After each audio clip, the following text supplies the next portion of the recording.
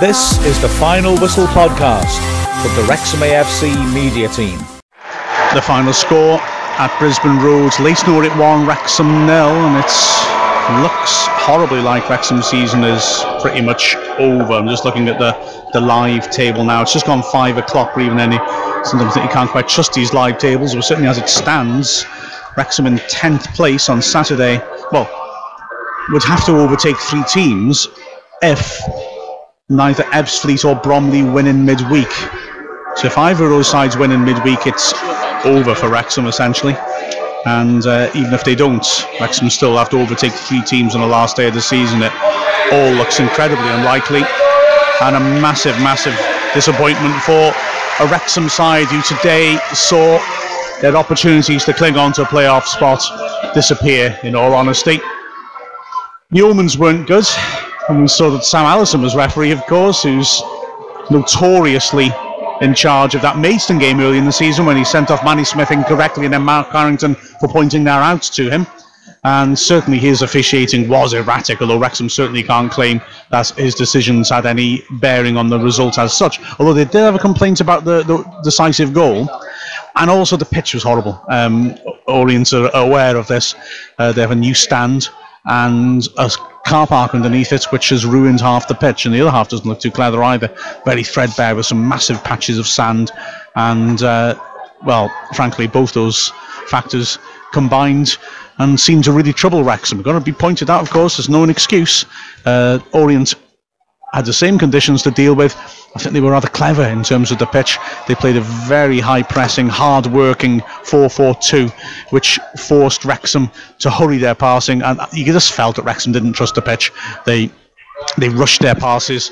They rarely looked in control of the ball, and really massively struggled for quality. And as you'll hear later on when I play Ollie Williams and my analysis of the match from Callan FM, you really couldn't fault Wrexham for efforts. They showed a lot of heart, but there was very little quality out there from them. So anyway, the game started to Wrexham on the back foot. A free kick lofted into box, and Happy, one of 2 inexperienced young centre-backs, which Wrexham failed to exploit, leapt and headed a floating header from 15 yards, which was dropping under the bar. A decent tip over left-handed by Dunn to concede the corner.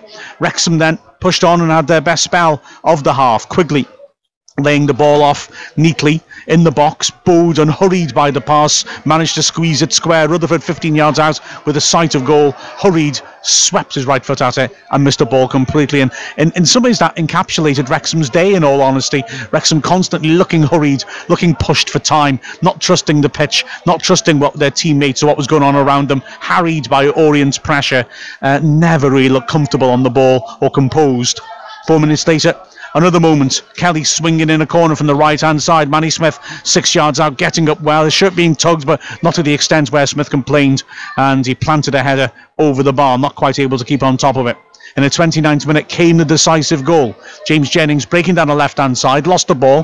When he came back to try and win it back, he went down off the ball in collision with an Orient player.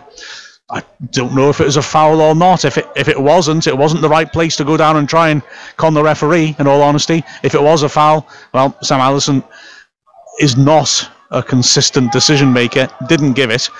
Still, Wrexham could have dealt with it. McAnuff, the dangerous McAnuff, down the right-hand side. He wanted to get round the outside on his right foot to put a cross in, and Wedgbury showed him there and allowed him to do so, allowed him to get inside and behind him without any pressure on him, and he had time to sweep in across. Bond, 15 yards out, rose and planted a header perfectly into the bottom left corner, and Orient were ahead.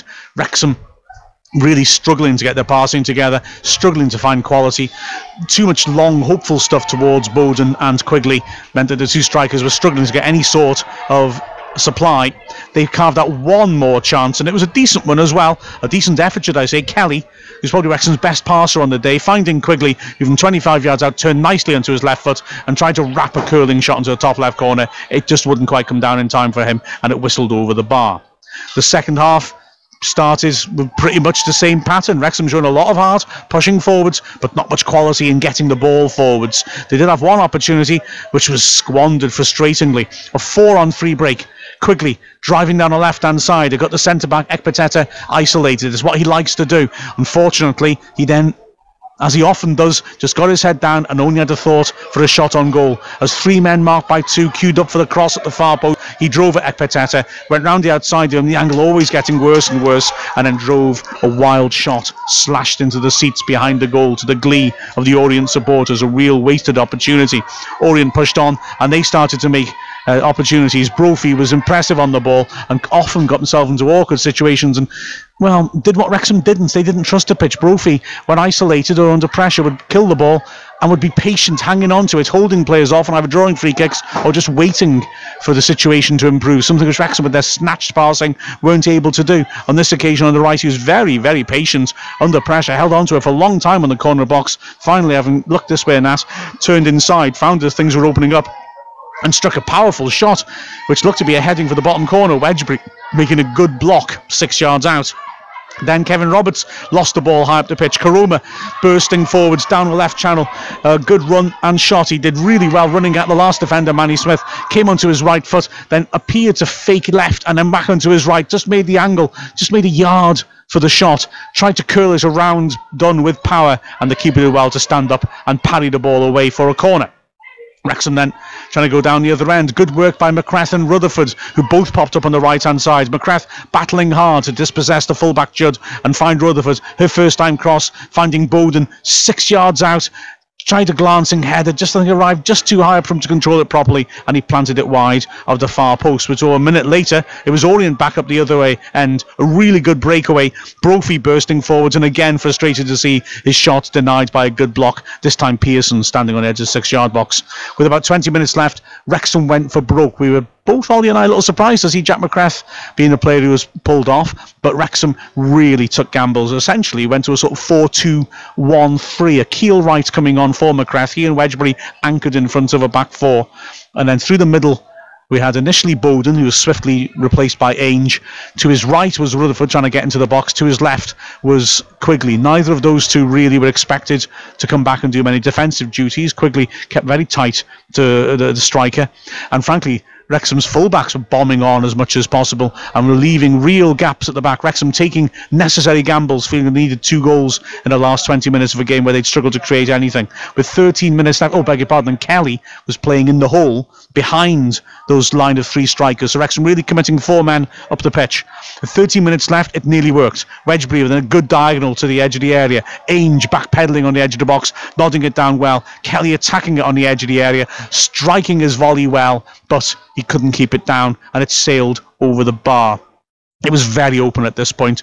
Orient made substitutions, which didn't really make a huge difference to how stretched the game was, maybe reflecting the fact that they didn't have that much to play for and could take a few chances, but they weren't too inconvenienced at the back, quite frankly, despite Wrexham taking these chances. And it was Orient who had the last couple of opportunities of the match. Akil Wright losing it, and Orient able to break away.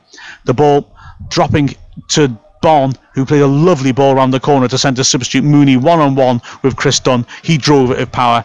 Dunn stood up well and parried it to his right. The corner, when it was swept in, Bon leapt 6 yards out, planted a good flick header. Jennings, standing in front of his keeper, managed to slash the ball away. It was indicative of how the game went in the second half as Wrexham took chances. The Bon so many times attacked balls into the box because Wrexham left themselves necessarily open, just couldn't quite stretch to control his header, or just couldn't quite stretch to make contact with the ball flashed across the face of goal. The Orient were knocking on the door, not quite getting the delivery right, but Wrexham were taking chances, were leaving them open. It was necessary, it was what they had to do, and you can't knock these players for effort. You genuinely can't. You can't knock the coaches for failing to take chances, because they really attempted to take quite reckless chances to haul themselves back into the game. But this game in microcosm was what the season has been. A lot of heart, but a lack really of incisive creativity, and Wrexham paid for that. It looks like the playoff dream is over. Let's have a listen to what Ollie and I made of things straight after the final whistle. I'm just saying the live table's now stopped being a live table. It is an actual table. And yes, so as it stands, Wrexham 10th. Both Ebbsfleet and Bromley are ahead of us and have games in hand in midweek. If either of them win their games, well, Wrexham cannot get into the playoffs. We can finish level, with the likes of Boreham Wood. I'll say that we can finish level with Boreham Wood, we can finish level with Fylde, we'd finish level with Bromley if they won their game in hand. But the fact is the goal difference is horribly against us, and the best deficit we have is 5 to Boreham Wood. And as Wrexham struggle to create, well, Boreham Wood would have to take a little bit of a tonking if Wrexham were allowed back in to this particular promotion race. It's not looking great. They are at home to Guiseley, it's got to be said, in the last day. So, yeah, I think when you're hoping that Guiseley are going to pop 4 or 5 goals past Boreham Wood on their own badge, I think you know you're clutching at straws. Let's hear what Ollie and I had to say on the final whistle. Well, Wrexham players are all over the pitch, sitting down, looking disconsolate. Jennings, the furthest man forward in the Orient box, his head bowed between his knees. Pearson typically is up and trying to rouse his teammates and shaking hands with the Orient players. The Wrexham supporters who came in huge numbers are down at the front of the away end. Some are applauding, some are just leaving, but it does not look good for Wrexham at the moment. They've lost 1-0 here at Orient, and the live table, which obviously could still change before the final whistles go around the country. Yeah, it has changed. We've just got up to 8th. Yeah, we're 8th, but it's not the team we want to be behind. It's Ebbsfleet. So as it stands, unless there are other goals elsewhere, Ebbsfleet are realistically the only team we can catch, and if they win in midweek, we can't even catch them. As Pearson is going across to the Wrexham fans, and the majority of them are clapping him. Some are gesturing angrily. The Wrexham players going across. But, I mean, you know, really, I mean, in some ways, this encapsulated the season, the good qualities of the Wrexham side, and why our promotion push appears to be falling short. Because the fact is that Wrexham have shown tremendous heart here in trying to hold themselves back into it, but the quality just wasn't there, was it, Ollie? No, it wasn't. Yeah, it's a difficult one to take, isn't it? This one, it's really difficult. It's like if we summed the entire season up in one day, we'd be here, wouldn't it? Really, in terms of the environment, the officiating, the tremendous support, and in the end, the disappointing result. And yeah, it's not good looking, is it? Well, I mean, you know, Wrexham losing to that 29th minute goal from Bonn, a difficult pitch to deal with, admittedly. But we weren't able to get the ball down. We weren't able to get good quality to the strikers. We took huge tactical gambles with our substitutions. We were throwing bodies forwards. We ended up with a sort of lopsided 4-2-1-3 with Ainge through the middle, Rutherford up front down the right, Quigley on the left, tucking in, and Kelly in the hole. And you know, we threw what we could at them. But I think it's just that lack of cutting edge, and well, no, creativity maybe more than cutting edge, that really was what did for us, and what has done for us all season. Yeah, it's, you know, this afternoon we've perhaps tweaked things a bit too late. In terms of the season, really, the last few weeks we've perhaps tweaked things a little bit too late, and we spoke a lot at half time about changing from being a horrible side that you can't beat, who are very difficult to beat, and have that defensive record, to a side who are trying to tweak things, change the recipe of something that's worked all season, and it's gone against us. And yeah, it's could be encapsulated more than today. But Dover have got a late goal as well, just to make matters even worse. They've now gone up to 7th. We are now 9th. And still Ebbsfleet have that opportunity to win a game, which would make it impossible for us to go up anyway. So as things stand, it looks really, really almost impossible that we're going to go up, and unlikely that we'll have anything really to play for next Saturday. We'll be instead looking at Fylde preparing for a playoff, it looks like. And it's such a shame. We're going to fight over the man of the match call, Ollie. I'll make it if you want me to. It's a tricky one. Have you got a call? I'm nobody covered themselves with glory in terms of quality, although, like I said, you really can't knock them for heart. They battled and battled and battled without being able to put the quality on the table. The two names that come to mind in an exposed defence, I don't think Manny Smith did too much wrong. Yeah. And I would argue that Marcus Kelly was neat on the ball, not sensational, but fewer misplaced passes than his teammates, perhaps.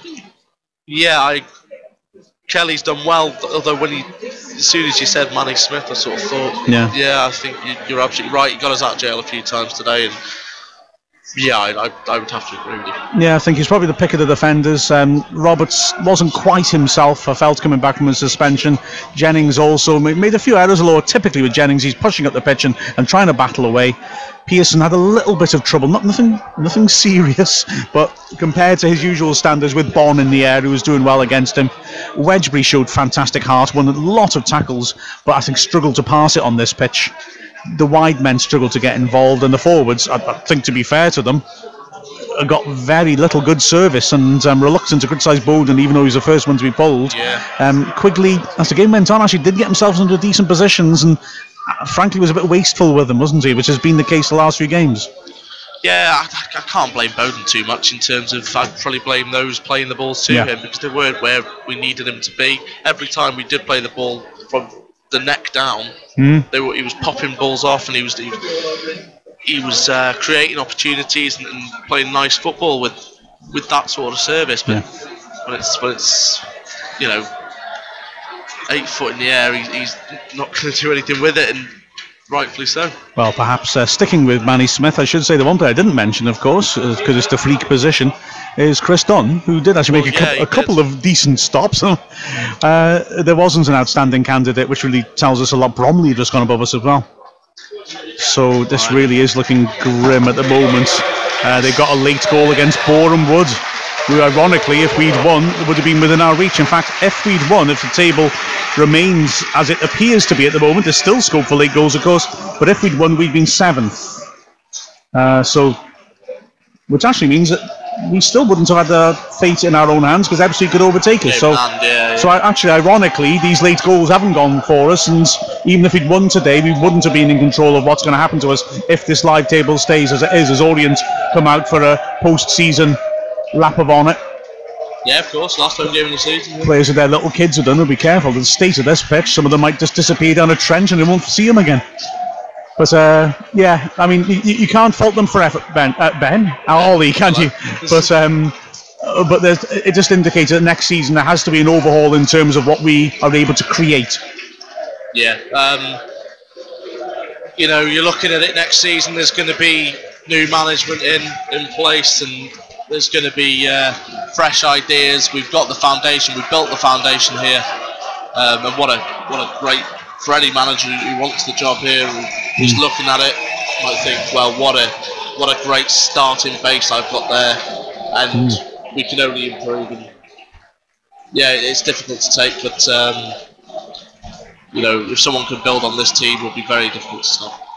Yeah, there's definitely good foundations in this squad, although the performance today wasn't the best advert for this side, but it is hard to conjure with that if this live table stays as it is, and it's 5 o'clock now, so it should do. We're 10th. Hard to imagine when we were 3rd coming into the start of this month, but anyway, that's the frustrating truth. The final score, Leyton Orient 1, Wrexham 0. This is the Final Whistle podcast from the Wrexham AFC media team.